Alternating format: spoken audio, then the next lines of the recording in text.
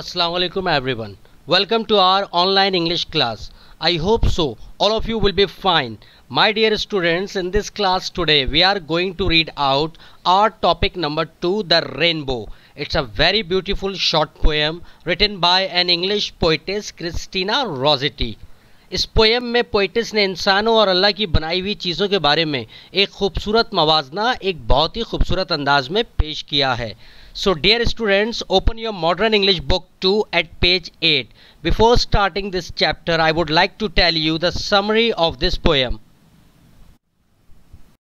So in this poem, the first comparison is between boats, ships and the clouds. They are all beautiful and they all sail, but the clouds win. She admires the natural beauty of flying clouds which look better than moving ships.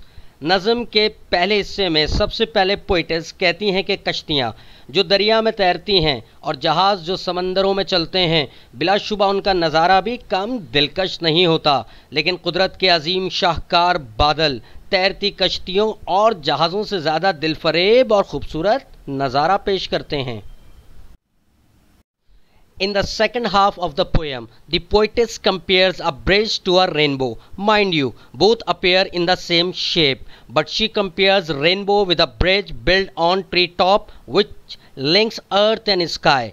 जबकि नज़म के दूसरे हिस्से में poetess दरियाओं पर तामीर bridges और आसमान पर नज़र आने वाली रेनबो का कंपैरिजन मवाजना करते हुए कहती हैं कि पुल और कौसो क़ज़ा देखने में तकरीबन एक जैसे होते हैं, जैसे कि दोनों ही खला में मौल्लक यानी लटके हुए हैं, लेकिन ब्रिजेस के मुकाबले में रेनबो का नज़ारा न सिर्फ रंगीन नज़ारा पेश करता है बल्कि ज़मीन से आसमान तक रंगों की एक तरतीब नीचे से ऊपर जाती हुई माहौल के हुस्न में चार चांद लगा देती है.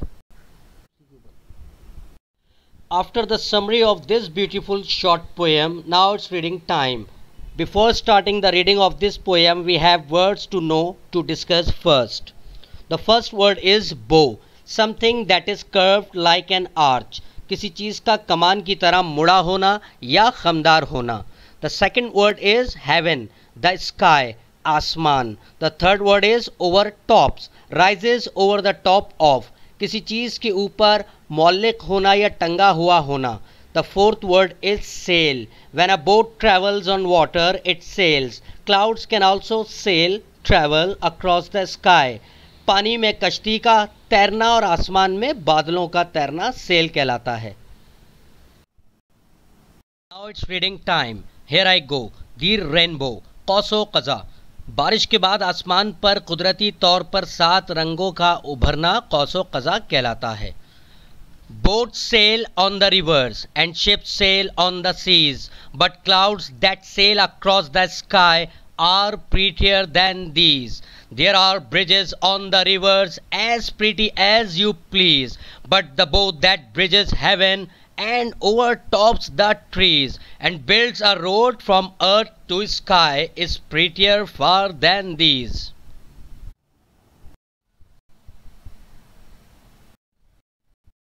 Dear students, after the summary and reading of this chapter, now I am going to discuss the question answers of this chapter. So before starting to write down question answers, all of you will make a beautiful and proper title page as shown on your screen. Question number 1. Where do boats sail? कश्तियाँ कहाँ तैरती हैं? Answer is boats sail on the rivers. कश्तियाँ दरिया में तैरती हैं. Question number 2. Where do ships sail? जहाज़ कहाँ तैरते हैं? Answer is ships sail on the seas. जहाज़ समंदरों में तैरते हैं. Question number 3. What sails across the sky? आसमान में इधर से उधर क्या तैरते फिरते हैं? Answer is clouds sail across the sky.